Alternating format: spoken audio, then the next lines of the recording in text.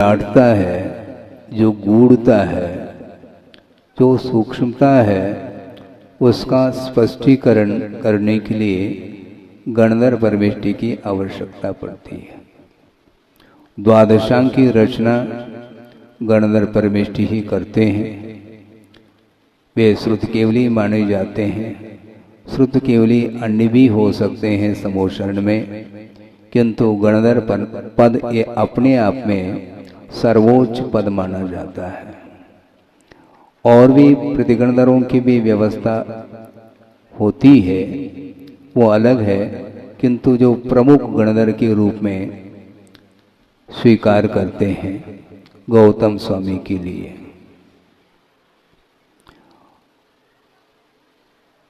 और द्वादशांग की रचना एक अंतर्मूर्त में वो कर लेते हैं, घंटों नहीं लगता। द्वादशांग का पाठ भी अंतर्मूर्त में हो जाता है। और उस द्वादशांग में सारा का सारा जो वर्णन आता है 7 तत्वों की अपेक्षा से, 9 पदार्थों की अपेक्षा से, 6 द्रव्यों की अपेक्षा से, 5 अस्तिकाय की अपेक्षा से, वो सारा का सारा विषय द्वादशांग में समाहित हो जाता है।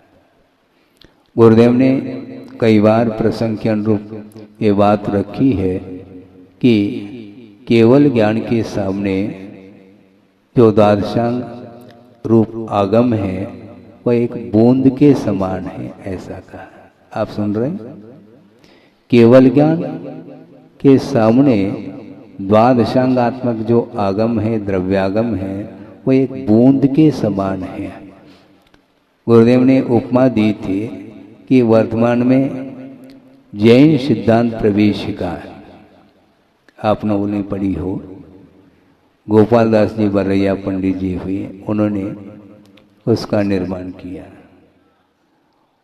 और वह जैन सिद्धांत प्रवेशिका षटखंड आगम के सामने बूंद के समान है। उसी प्रकार द्वादशांग के सामने षटखंड आगम भी बूंद के समान है। और द्वादशांग पूरा पूरा जो सकल श्रुत है वह केवल ज्ञान के सामने वो बूंद के समान है। क्योंकि श्रुत ज्ञान के माध्यम से और मति ज्ञान के माध्यम से पदार्थ का जो बोध होता है वह सर्वांगीण नहीं होता। एक वस्तु जो अनेकांतात्मक है, अनेकांत का स्वरूप क्या है इसको भी हम संक्षेप से समझते हैं। और यह पंक्ति आगम में मिलती है कि अनेके अंताः धर्माः यस्मिन् वस्तुनि वर्तन्ते स अनेकांत। जिस वस्तु में अनेक अंत, अंत का अर्थ यहाँ पर अंत नहीं लेना, अंत का अर्थ धर्म लिया है। अनेक धर्म जिसमें समाहित हो, जिस वस्तु में, वह वस्तु अनेकांतात्मक हुआ करती है। सामान्य विशेषात्मकम वस्तु, इस प्रकार वस्तु की परिभाषा भी मिलती है। तो वह एक वस्तु के अंदर गुण और पर्यायों के अपेक्षा से अनंतता समाहित है।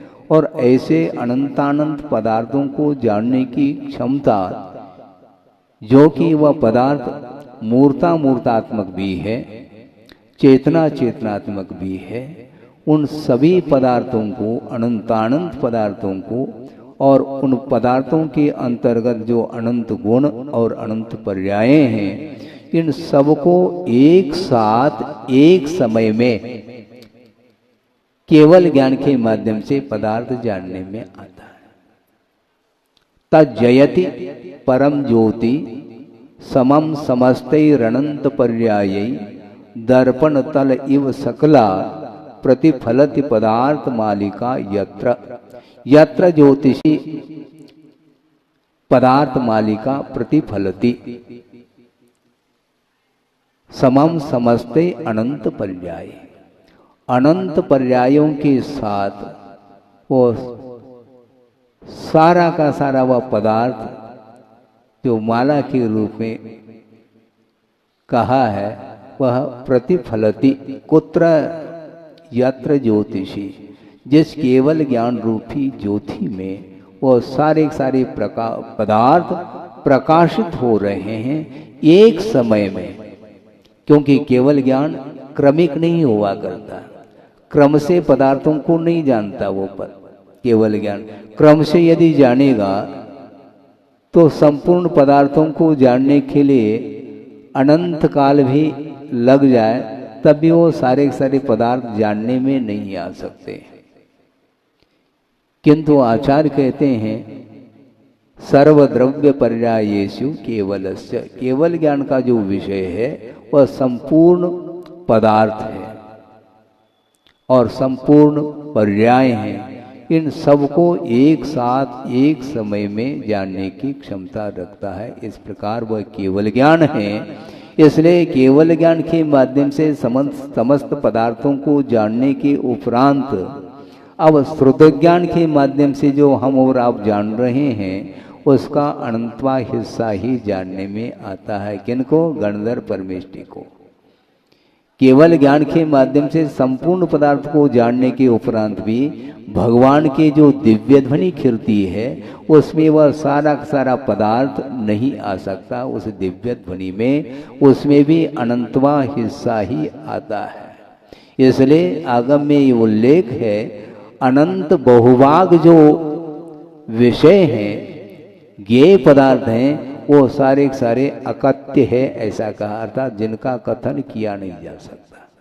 कथन करने के जो अयोग्य होते हैं उसका नाम अकथ्य कहा है और अनंतवा भाग ही कथन करने में आता है और उसमें भी उस दिव्य ध्वनि का भी अनंतवा हिस्सा ही गणधर परमेष्टि के द्वारा जानने में आया है।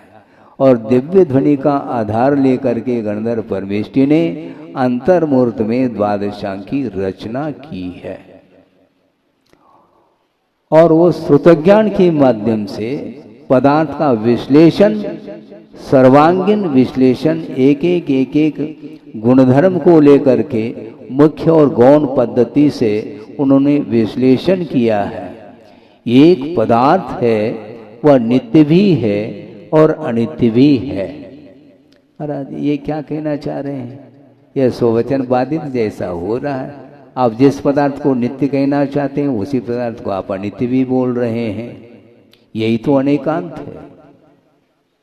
एकांत है कहाँ? क्योंकि विवक्षा को करके ही वस्तु तत्व का विश्लेषण किया जा सकता है। नयों का आलम्बन लेकर के ही विश्लेषण संभव है। ज्ञान के माध्यम से वस्तु की समग्रता ग्रहित हो सकती है, किंतु उसका विवेचन जो होगा वह क्रमशः होगा। प्रमाण के माध्यम से समूचे पदार्थ को जान लें और जानने के उपरांत उस प्रमाण के द्वारा ज्ञात जो वस्तु है उस वस्तु के विषय में एक धर्म को प्रासंगिकता देते हुए, मुख्यता देते हुए वस्तु तत्व का विश्लेषण होता है। इसी का नाम अनेकांत बोलते हैं। महाराज वस्तु नित्य है तो किस विवक्षा से नित्य है? द्रव्य की अपेक्षा से वस्तु नित्य है। द्रव्य का कभी भी विनाश नहीं हो सकता, यह यथार्थ सत्य है ये। और गुरुदेव ने कई बार ये कहा है श्रमणों के लिए कि देखो वस्तु हमेशा बनी रहती है, अविनश्वर है। इसलिए वस्तु तत्व का जब चिंतन करते हैं, द्रव्य को विवक्षा बना करके जब चिंतन करते हैं तो भय समाप्त हो जाता है। क्यों? जो वस्तु मिटेगी नहीं तो डर किस बात को लेकर के होगा? न मे मृत्यु कुतो भीति, मेरी मृत्यु संभव नहीं, मेरा विनाश संभव नहीं, तो डर किसको लेकर के होगा? न मे मृत्यु कुतो भीति, न मे व्याधि कुतो व्यथा, ना हम बालो न वृद्धो हम न युवैता निपुद्गले। न बालक हूं, न युवा हूं, न वृद्ध हूं। ये जितने भी पर्याय हैं ये सारे पौद्गलिक पर्याय हैं। इसलिए मेरा मरण कहाँ होगा। इस प्रकार द्रव्य का आलम्बन लेकर के चिंतन करते हैं तो निश्चित रूप से अविनश्वरता का भान होता है, इसलिए डर भीति समाप्त होती है। मुझे कौन मारने वाला है? मुझे कौन दहशत दे सकता है? क्योंकि दहशत देने वाला भी मरने वाला है। पर्याय की विवक्षा में ये अज्ञान भाव माना जाता है उसका। जो रौद्र ध्यान जिसके अंदर चल रहा है वह अज्ञान के कारण दूसरे को समाप्त करने का भाव रखता है, अपनी शूर वीरता का प्रदर्शन कर रहा है। किंतु आचार्य कहते हैं, आगमकार कहते हैं, तुम्हारा इस प्रकार का प्रदर्शन करना किसी भी काम का नहीं है। हाँ, क्योंकि पर्याय की विवक्षा में प्रति समय पदार्थ नष्ट होता चला जा रहा है।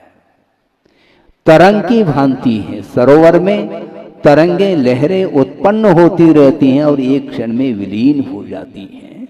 उसी प्रकार प्रत्येक वस्तु पर्याय की विवक्षा से, पर्याय का अर्थ अवस्था विशेष का नाम पर्याय है, उस अवस्था विशेष की अपेक्षा को लेकर के प्रति समय पदार्थ मिट रहा है। तुम कौन होते हो मिटाने वाले? वो स्वयं मिट रहा है और मिटाने का भाव रखते यह अज्ञान का परिणाम है। आक्रमण हो जाता है, परचक्र का आक्रमण। हाँ ठीक है, करते रहो। एक दूसरे के ऊपर आक्रमण करने की ये आदत है, ये अज्ञान का परिणाम है, मोह की परिणति के कारण इस प्रकार हो रहा है, उसे ज्ञात नहीं है लेकिन करता है वो इस प्रकार। किंतु आचार्य कहते हैं ये वस्तु व्यवस्था है, इसलिए पर्याय का आलम्बन लेकर के चिंतन करते हैं तो क्या होगा? द्रव्य का आलम्बन लेकर के चिंतन करते हैं तो भीति समाप्त हो गई, क्योंकि द्रव्य अविनश्वर है। किंतु अवस्था विशेष को लेकर के चिंतन करते हैं तो क्या होगा? तो आचार्य कहते हैं वैराग्य उत्पन्न होगा निश्चित रूप से, क्योंकि पदार्थ जब विनाशशील है, नष्ट होने वाला है, तो मैं इसका भोक्ता कैसा हो सकता हूँ? मैं इसका कर्ता कैसा हो सकता हूँ? मैं इसका स्वामी कैसा बन सकता हूँ? संभव नहीं है। फिर भी अज्ञान के कारण छोटे छोटे निमित्तों को लेकर के कर्तृत्व, स्वामित्व और भोक्तृत्व बुद्धि को लेकर के संघर्ष करना प्रारंभ करता है संसारी प्राणी। उसको बोध नहीं है। बोध देने के उपरांत में वह उस बोध के प्रति उपेक्षा की दृष्टि रखता है। कहे सीख गुरु करुणाधार, करुणा को धारण करके शिक्षा दे रहे हैं, देशना दे रहे हैं आचार्य, किंतु उसकी आंखें खुल नहीं पा रही है। मोह का अंधकार छाया हुआ है चारों ओर, वह ज्ञान का प्रकाश काम नहीं करता उसके लिए। वैराग्य धारण करना चाहो तो निरंतर पर्याय को लेकर के चिंतन करना चाहिए। इस प्रकार गुरुदेव का हर पल उपदेश रहता है। और कुंद स्वामी ने स्पष्ट शब्दों में कहा है, समय समय विनश्यते उभयम। उभय का अर्थ दोनों, भोग्य पदार्थ और भोक्ता, ये दोनों मिट रहे हैं प्रतिक्षण। फिर भी भोक्तृत्व भाव बना रखता है, मैं इसका भोक्ता हूं। षटखंड अधिपति, हाँ रखो तुम अधिपति है। तीन लोग के नाथ हैं, उनका ये कहना है ये तीन लोग अपने आप में स्वतंत्रता को लेकर के मैं इसका स्वामी नहीं हो सकता। आप उनके लिए कह रहे हैं आप तीन लोग के नाथ, किंतु वो तीन लोग के नाथ को वो स्वीकार करते नहीं भगवान। ये आपकी भक्ति के कारण इस प्रकार कुछ शब्द आपके मुख से निकल रहे हैं। भगवान को आपने भगवान के रूप में स्वीकार किया है। भगवान से बढ़कर के तीन लोक में कोई व्यक्तित्व नहीं है तीर्थंकर के अलावा। इस प्रकार एक भक्त की भक्ति है, किंतु सिद्धांत ये कहता है, भगवान इस प्रकार कह रहे हैं सिद्धांत की दृष्टि से, कोई भी किसी का स्वामी नहीं हो सकता। यदि होता है तो स्वयं का ही स्वयं स्वामी होता है, पर का नहीं हो सकता। सम्यक दृष्टि होने के उपरांत भी पर पदार्थ के प्रति स्वामित्व बुद्धि रखता है, तभी तो षटखंड अधिपति मैं हूं, इस प्रकार वह चक्रवर्ती सोच रहा है। कितने? 60,000 वर्ष,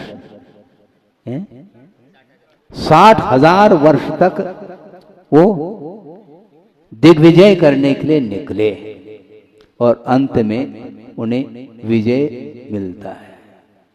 किंतु ये ध्यान रखो, एक और मेंबर है, उनको भी जीतना होगा। वो कौन है? अपना अनुज, छोटा भाई बाहुबली।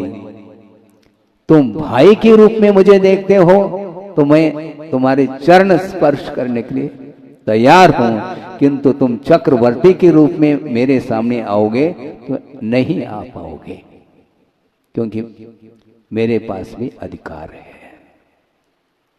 जिस प्रकार सभी को जीत लिया तुमने, उस प्रकार मुझे भी जीतना पड़ेगा ना। जीतो। और 3 प्रकार के युद्ध हुए, जल युद्ध, मल युद्ध और दृष्टि युद्ध।